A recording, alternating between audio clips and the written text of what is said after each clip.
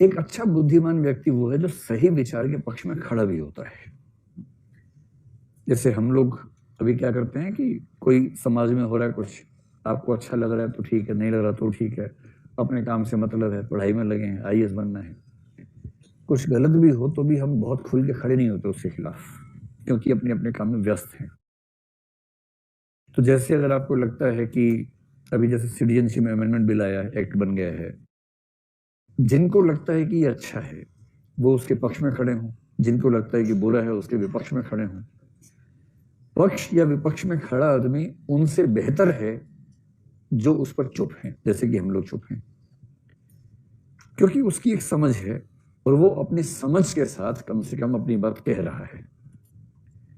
जो ये भी कह रहा है कि ये जरूरी था, वो भी उनसे बेहतर है जो कुछ नहीं कह रहे, जिन्होंने यहां भी हाथ नहीं खड़ा किया, वहां भी हाथ नहीं खड़ा किया।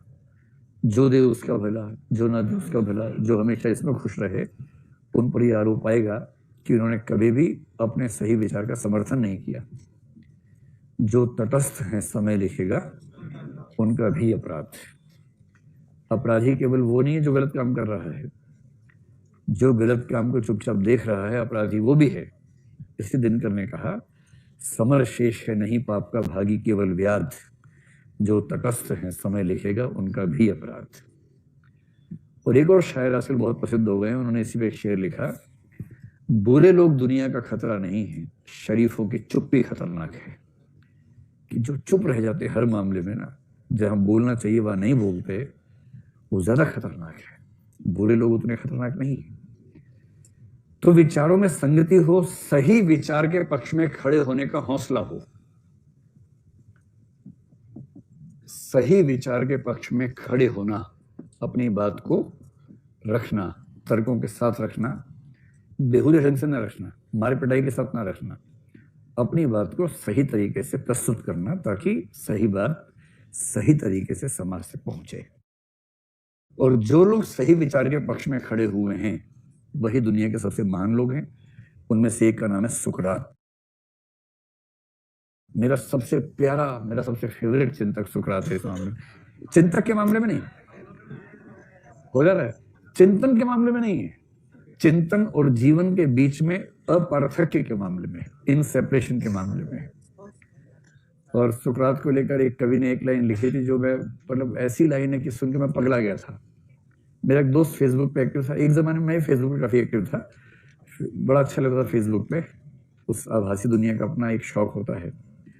तो उस पर मेरे बहुत सारे फॉलोवर्स थे, 40-50 हजार। तो एक नशा सा आता था उस पर।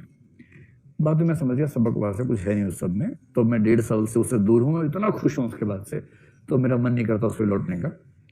तो जब मैं उस पर था तो बहुत सारे अच्छे दोस्त थे, उनमें से एक दोस्त ने शेर लेके भेजा एक बार, उस पियाले में जहर था ही नहीं।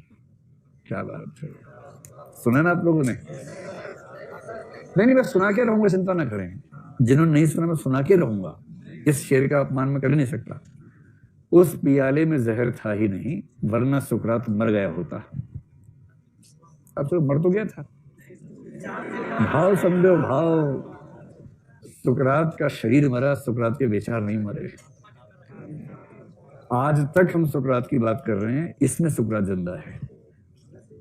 भगत सिंह भी, उस रस्सी में कुछ था ही नहीं, वरना भगत सिंह मर गया होता। अब ठीक है, अब शेर सुकरात में लिखा गया तो मैंने सुना दिया। तो सुकरात को लीजिए, भगत सिंह को लीजिए, महात्मा गांधी को लीजिए, जिस जिस व्यक्ति ने अपने सिद्धांतों से समझौता नहीं किया और अपने जान दे दी, अपना जीवन दे दिया, वो सारे व्यक्ति इस कैटेगरी में हैं। एक और बड़ा अच्छा इंसान हुआ ब्रूनो नाम का, जिसको ईसाई लोगों ने जिंदा जला दिया क्योंकि उसने ईसाइयत के कुछ सिद्धांतों को खारिज किया था। ब्रूनो। न्यूटन घबरा गया था, गैलीलियो भी घबरा गया था, डार्विन भी घबरा गया था। इसलिए इन सब लोगों ने हल्का हल्का संशोधन करके मैनेज कर लिया। कोपरनिकस ने भी हल्का सा मैनेज कर लिया थोड़ा सा। इन तीनों ने मैनेज नहीं किया, चारों ने। जो हो जाए सिद्धांत सिद्धांत है, जान दे देंगे लेकिन पीछे नहीं हटेंगे। अपने सिद्धांतों पर टिकना, इसको बोलते हैं इंटेलेक्चुअल इंटीग्रिटी।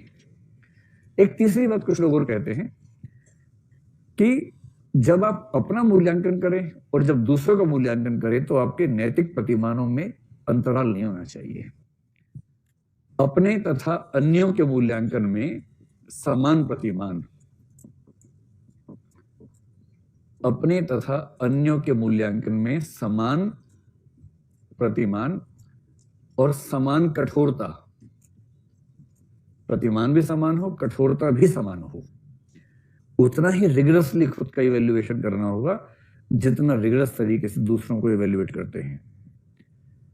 तब जो आएगी ना उसको बोलेंगे इंटेलेक्चुअल इंटीग्रिटी। भाई ये व्यक्ति अपने तर्कों और विचारों में एकदम खरा उतरेगा, आप कितने सवाल पूछ लो बिखराव नहीं आएगा, क्योंकि इसके विचारों में ऐसी संगति है और जो इसके विचार में है प्रायः आपको अपने विचारों के पक्ष में खड़े हुए दिखेगा, खुल के अपनी बात करेगा, दबाव में नहीं आएगा। अगर ये सब किसी व्यक्ति में मिल जाए, इंटेलेक्चुअल इंटीग्रिटी, एग्जाम्पल 4 आपके सामने है ही।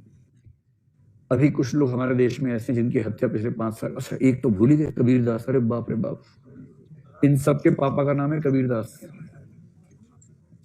कबीरदास तो कबीरदास से, कबीर को मरवाने के लिए सिकंदर लोदी ने इतने प्रयास किए, पर कबीर कबीर थे, मस्त रहे एकदम। तो उतना बड़ा जो होता है ना जानदार आदमी इतिहास में नहीं हुआ है कबीर जैसा धाकड़। हाँ ऐसा धाकड़ है, धाकड़ है, ऐसा धाकड़ है, तो केवल कबीरदास हुआ है। और बताइए पूरे इतिहास में कोई ऐसा धाकड़ इंसान आपको मिला हो? मंसूर भी अच्छा एग्जाम्पल है, और ईसा मसीह अच्छा एग्जाम्पल है। ईसा मसीह ने भी खुद को सूली पे टंगवा दिया। बहुत। अब्राहम लिंकन अच्छा, हाँ लिंकन भी लिखो भाई, अब्राहम लिंकन भी लिखो। महान व्यक्तियों के चयन में केवल स्वदेशीवाद नहीं चलेगा। मीरा भी एक जमाने के बाद इतनी साहसी हो गई थी। चलिए ठीक है, काफी हो गया।